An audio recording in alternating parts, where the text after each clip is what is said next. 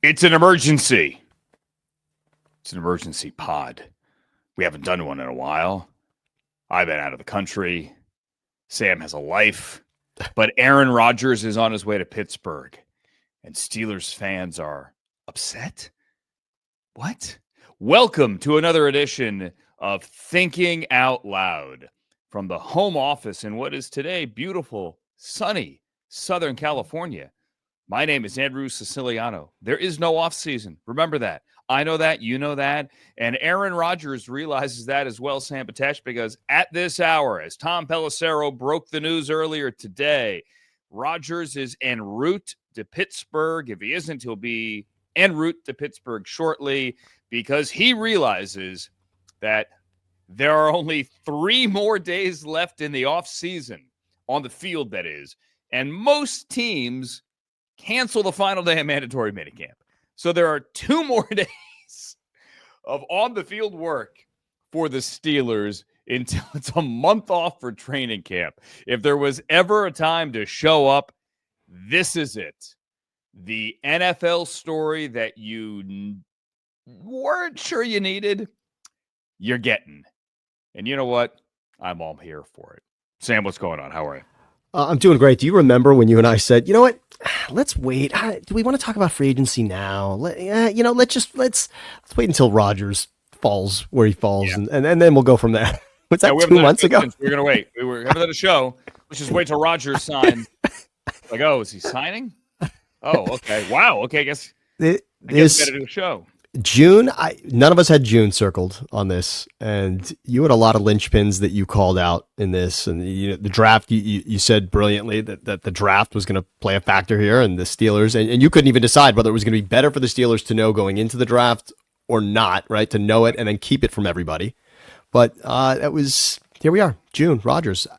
I think it's exciting now that it's here. Now that it's official, it feels better now that it's officially done than it did in the rumor stage of it. There was a lot of talking it through that just felt exhaustive, and now maybe it marinates a little more significantly. Perhaps. The Steelers needed this. I mean, I think we could all agree. I know there are Mason Rudolph. Let me back up. Let me just look big picture for the Steelers. And I posted something earlier today on the TikTok and the YouTubes and all that. And if you're watching this on YouTube, thank you. Subscribe, Siciliano Show on YouTube. You could also find the Thinking Out Loud podcast out there on the Spotifys and the Apples and all that. But I posted something on YouTube earlier, which basically said, Steelers fans, be happy. Like the last couple of months, whenever I see the comments on anything I do, whether it's on social or whether it's this pod or whether it's filling in for Jim Rome or Rich Eisen, which I did this week, thank you to both for the opportunity. The comments from Steelers fans are like, we don't need him. We don't need him. We don't want him. Okay, that's one angle. The other angle is, if he doesn't want to be here, we definitely don't want him. We're the Steelers. We deserve better than this. You should want to come here. Okay, I have a lot to say about that. And then there is this, well, he's not our first choice and he's no good and he's old. Well, you're right. He's not your first choice. Fields was your first choice. You get to face him week 1. He is older. He was injured 2 years ago. At times last year, like he had it, like he still had it. At times he didn't. Consider the collective dysfunction of the group that he was with. But I would say this to Steelers fans. Like, you know what Mason Rudolph is? You know what he is. If you want to argue, I would rather just roll with 5th round, 6th round. I think it was 6th round pick, Will Howard. I'd rather roll with that, and whatever happens, happens. I'd be okay with that. But I would argue that this is just as good. You try Aaron Rodgers. What's the worst that could happen? He gets hurt. He's not good. And then at one point during the season, if one of those two things happen, you toss Will Howard the keys.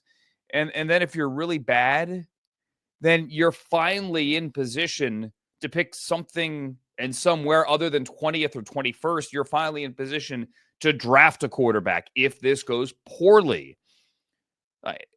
The only way this is awful is if he starts the whole year and you're mediocre. Like you're 9-8 and maybe you're a wild card or maybe you're the last team out and you're picking 18, 19, 17, 18, 19, that same window, and you're in the same space a year from now. That could happen. I don't think it will, I think it's boom or bust. And if it's bust, oh well, you tried. You tried. Unfortunately, like Cam Hayward's a year older. TJ Watt is a year older. Like there is a downside to it. But the idea that you're going to roll it out there with Mason Rudolph or Will Howard, I would support Will Howard and be a champion. I just don't see that as a legitimate possibility. So Steelers fans, I would say embrace it, man. Be there for the ride. Just be there, enjoy it. And if it goes badly, oh well. You tried. Aren't we trained to say the Steelers know what they're doing? I mean, Yes, we are. We're trained to say that they know what they're doing, even though sometimes they don't. No, it's very true. It's that Tomlin statistic, right, Andrew? The one that you've had, beaten into your brain 100 times, right? I mean, the not a losing season it's impressive. It's impressive, but I read a great piece the other day. What's the standard in Pittsburgh, right? Is getting to the playoffs enough? And you've said it, and you've taught me very well the amount of playoff games that Watt has won in Pittsburgh. That does say something. 0. He's one man, though.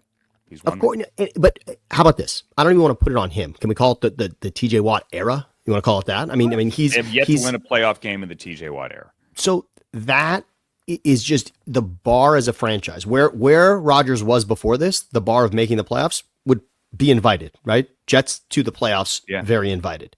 Steelers to the playoffs, no longer enough, right? The bar is beyond that.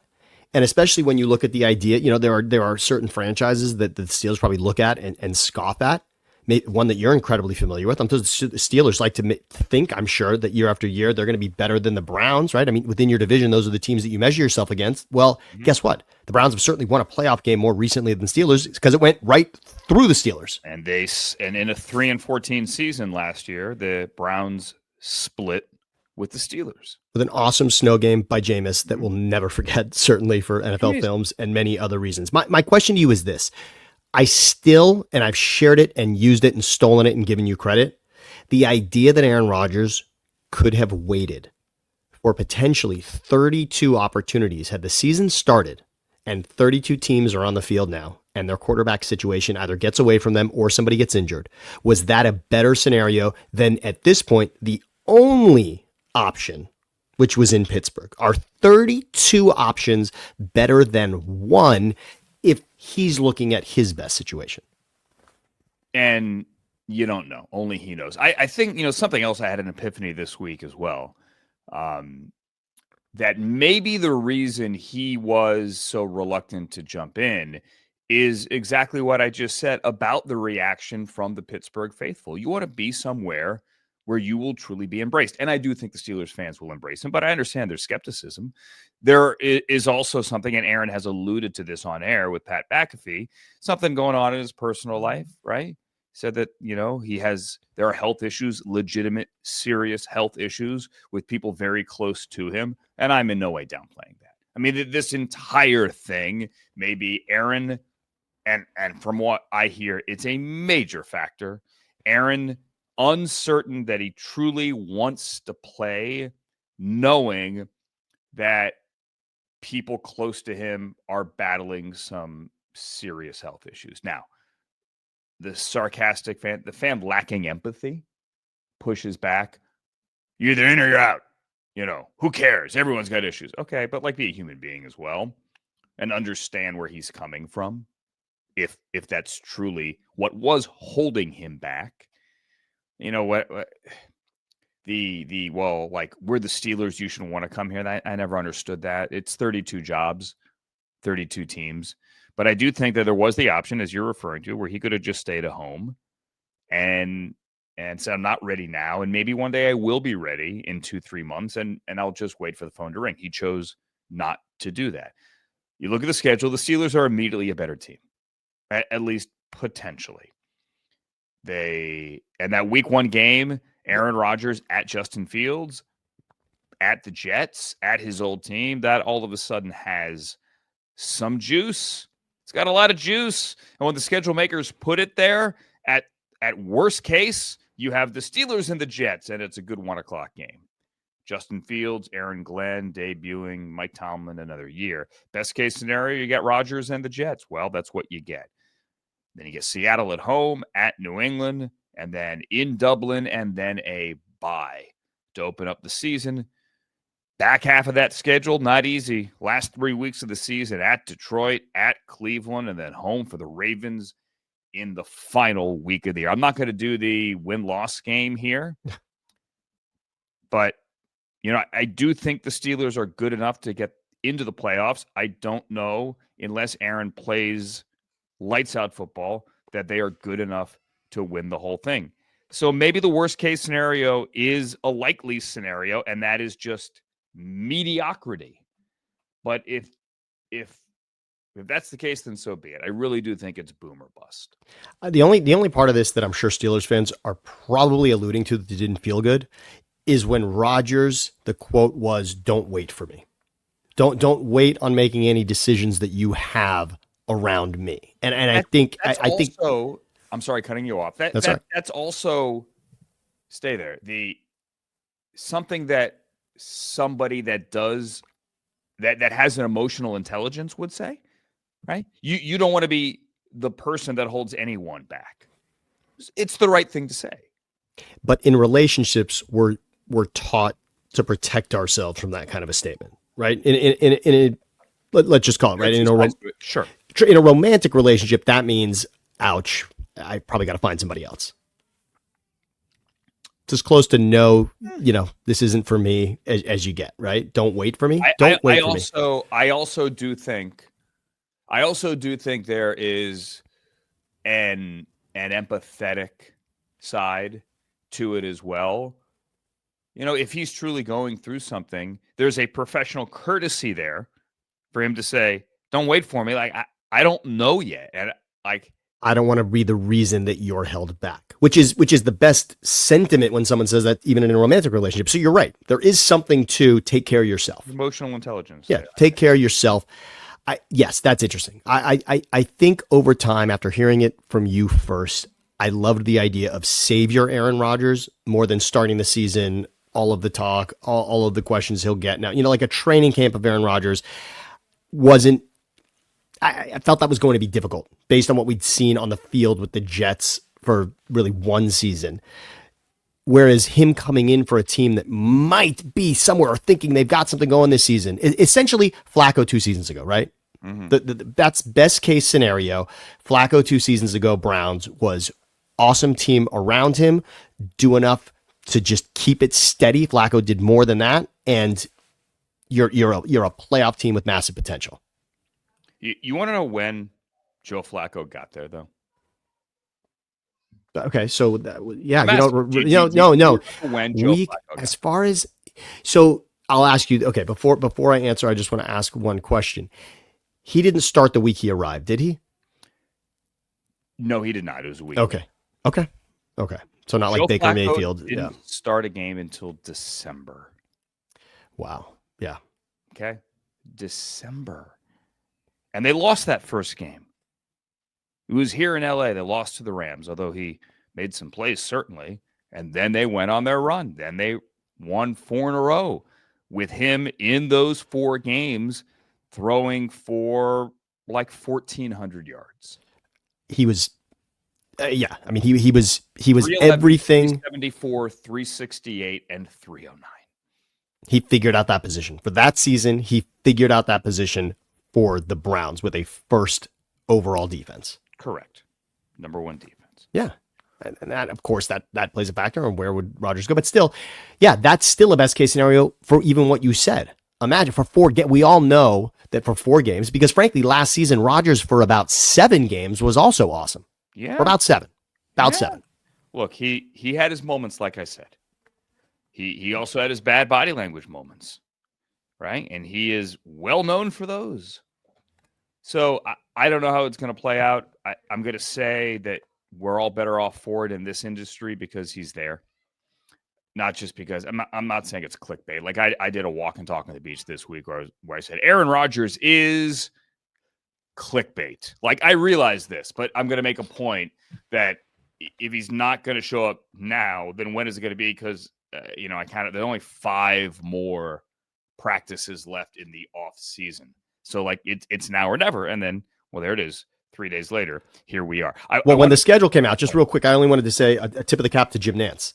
Nance, the night that the schedules were released, essentially said, I know you and I were watching this, basically said, please, Aaron Rodgers. He looked at the Steelers schedule and he was just circling games and saying, I mean, how interesting are these games with Rodgers? As you said, week 1. And then, of course, look at Sunday Night Football for week 8. Obviously, Packers and Steelers is now on a totally different level based on what we've seen. So I'm with you. This is a gift, and that should be the only reaction. Aaron Rodgers and the Steelers will go to Cleveland. I'll transition there week 17. If Rodgers is the quarterback, week 17 on December 28th in Cleveland, it will be only the second time he has ever started a game in Cleveland and the first in 16 years. Wow. The last time he started a game in Cleveland, it was against Eric Mangini's Derek Anderson-led Cleveland Browns in 2009. He was there. The Jets were there a couple of years ago. Flacco beat the Jets in primetime on TNF to clinch a playoff spot for the Browns, but Rodgers was not yet back from the torn Achilles. But we'll transition here to the Browns. I don't want to go too long on this, but let me just make a statement here, because anytime I turn the TV on, I see the Browns quarterback conversation on the screen. It is the offseason, and admittedly, it is very interesting. If you take Deshaun Watson out of it, he is still rehabbing his Achilles. There are 4 quarterbacks battling for one job: Joe Flacco, Kenny Pickett, Dylan Gabriel, the 3rd-round pick, and Shedeur Sanders, the 5th-round pick. Browns had OTAs this week. They wrap up the offseason program this coming week. I will be in Cleveland for those, for mandatory minicamp, when everybody is back, including Myles Garrett and Joel Bitonio and Greg Newsome and David Njoku and your team, basically, because it is mandatory. I am all for the coverage. I am all for the attention. I'm all for the smoke. Let's get it. I just want to caution everybody.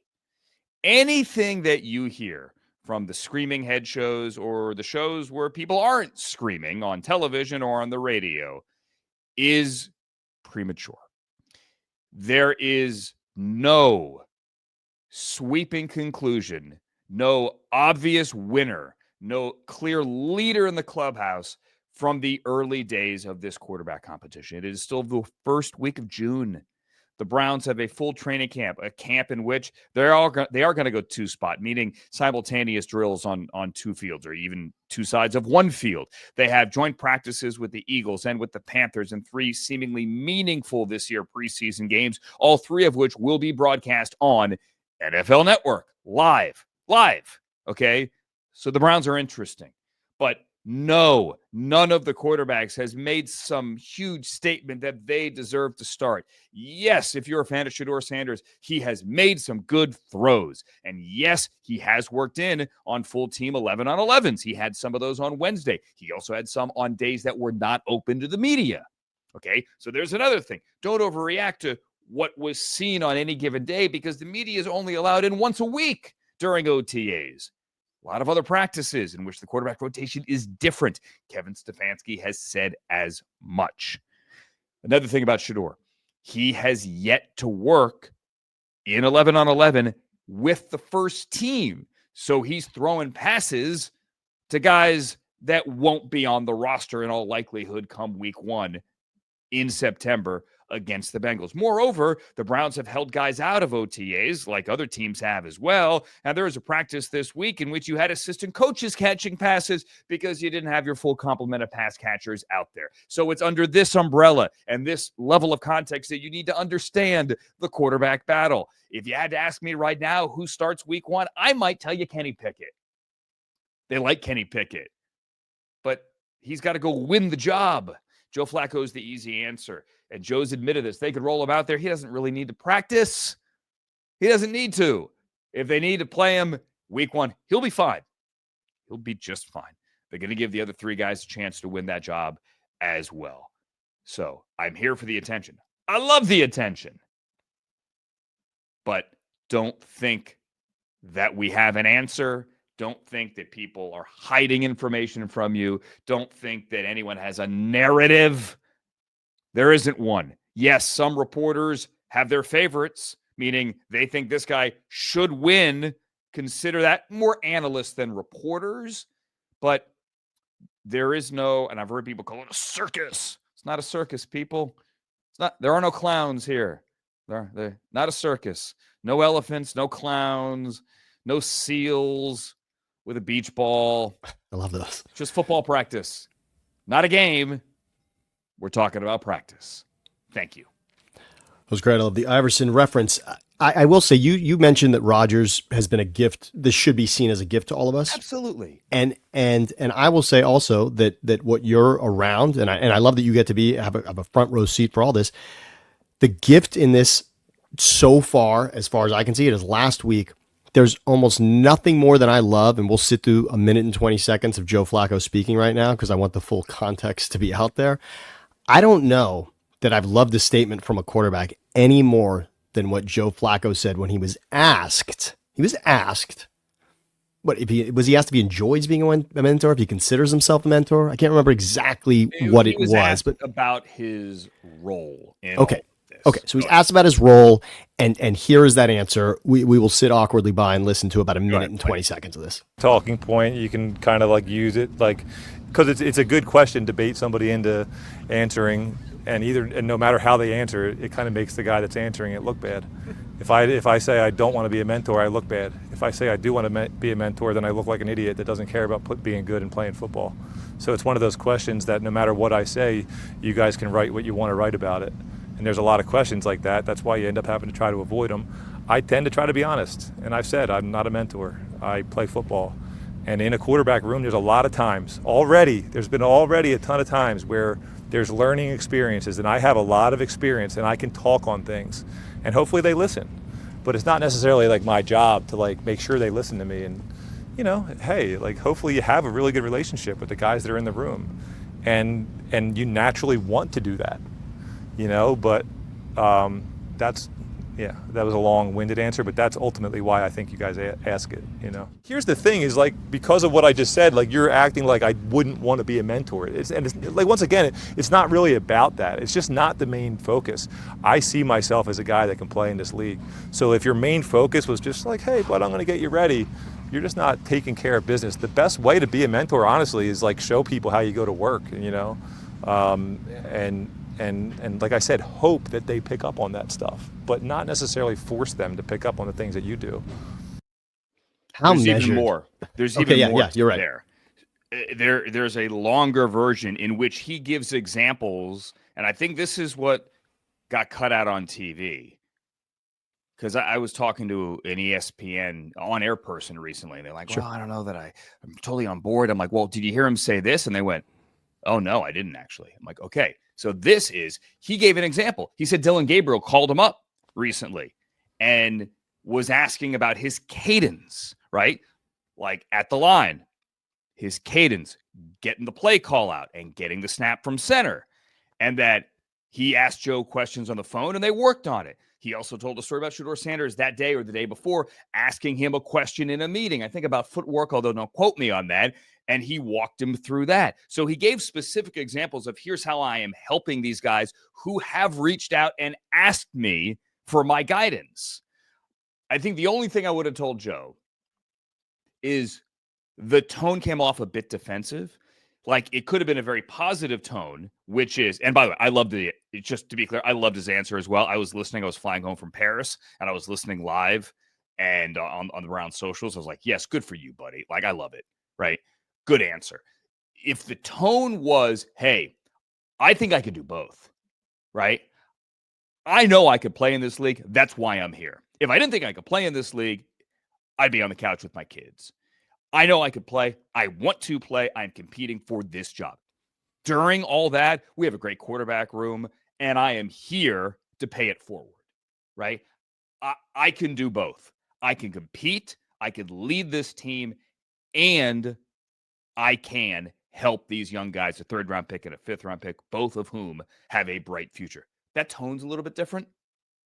Joe said the same thing, right? He said the exact same thing, but he also said it in a, hey, guys, like, this is kind of a no-win. What do you want me to say?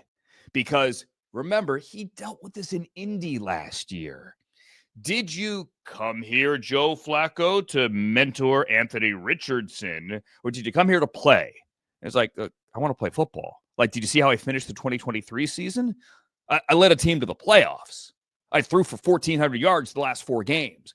My worst passing performance was 308 in those final 4 games to the playoffs, but that's another issue, right?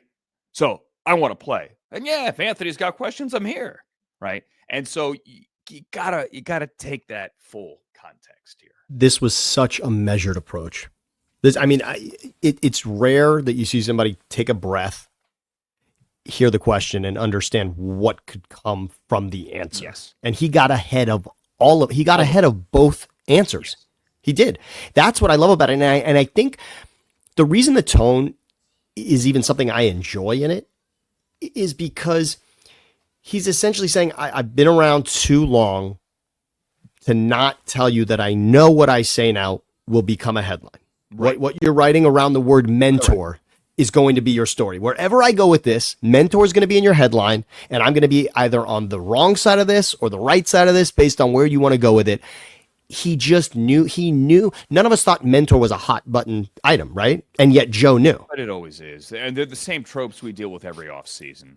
Except who's going to be a mentor, who's in the best shape of their life. It's the same nonsense. But what I also love about it is, and to your point, the tone, I saw the tone as a guy that's been a Super Bowl MVP. Yeah. I'm a quarter, let's just get this clear.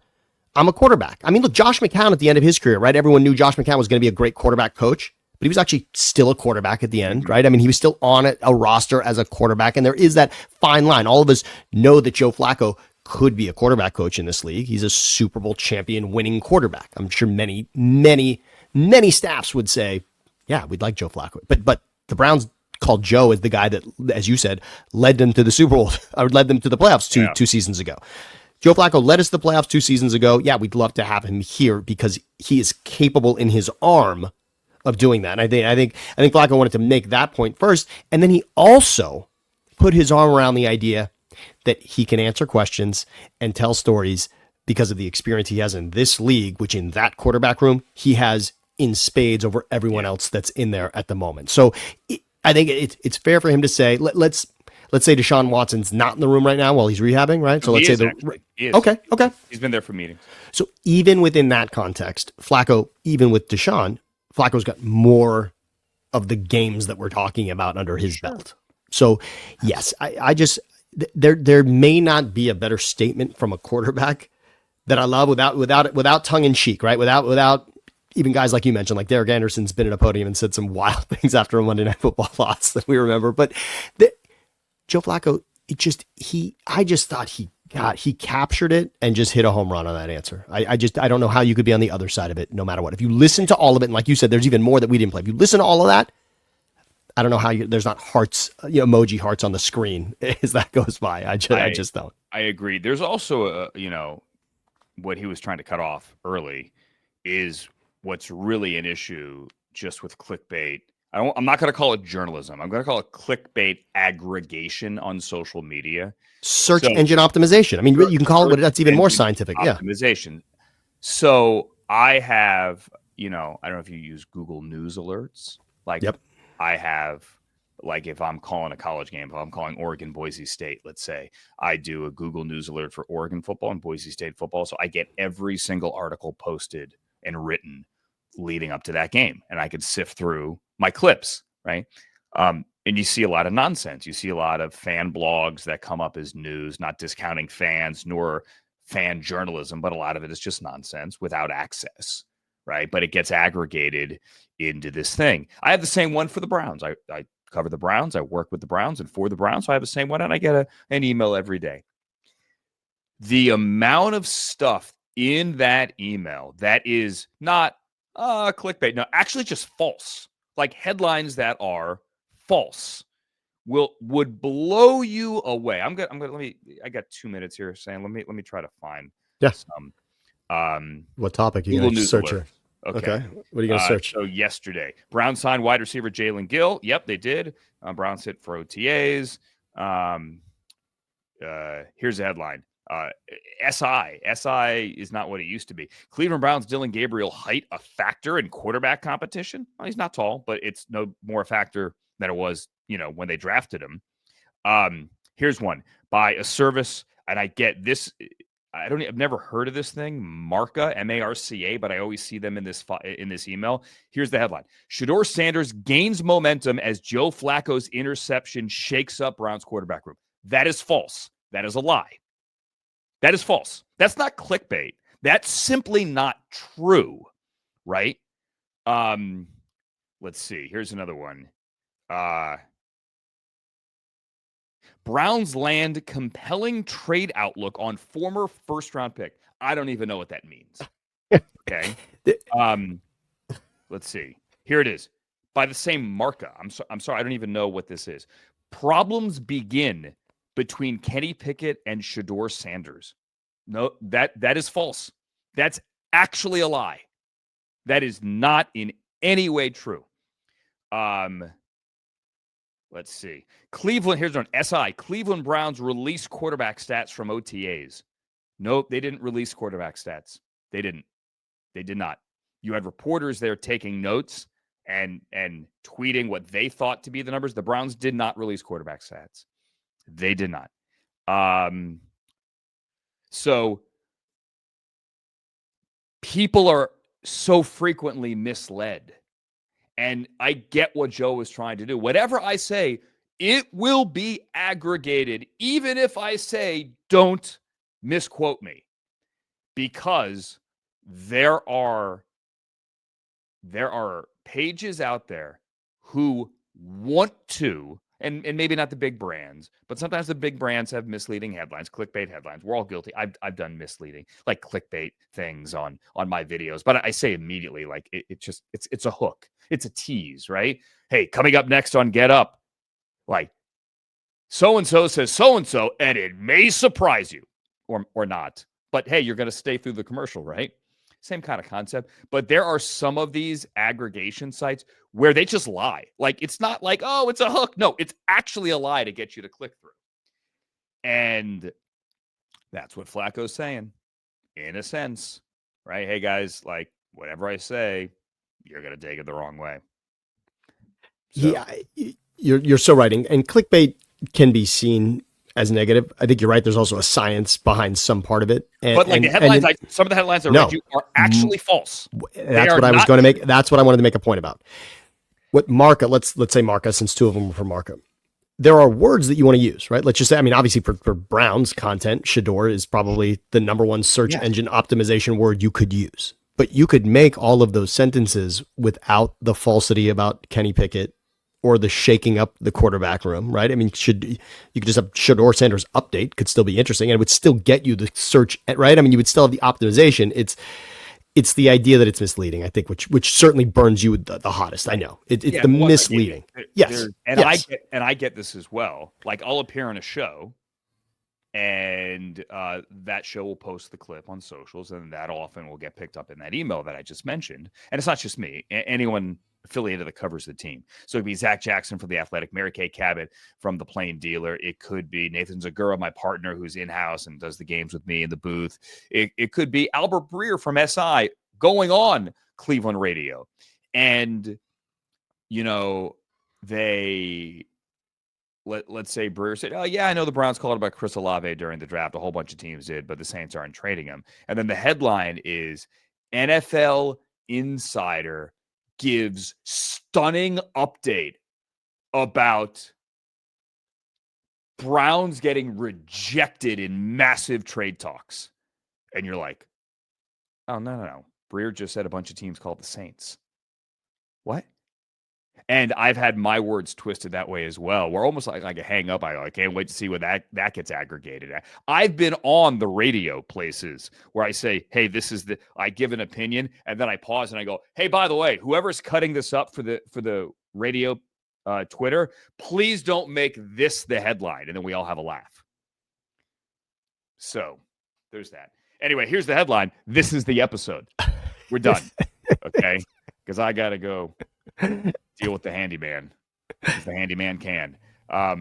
For Sam, I'm Andrew. It's been fun doing this. This is the emergency pod edition. Be sure to like, share, subscribe.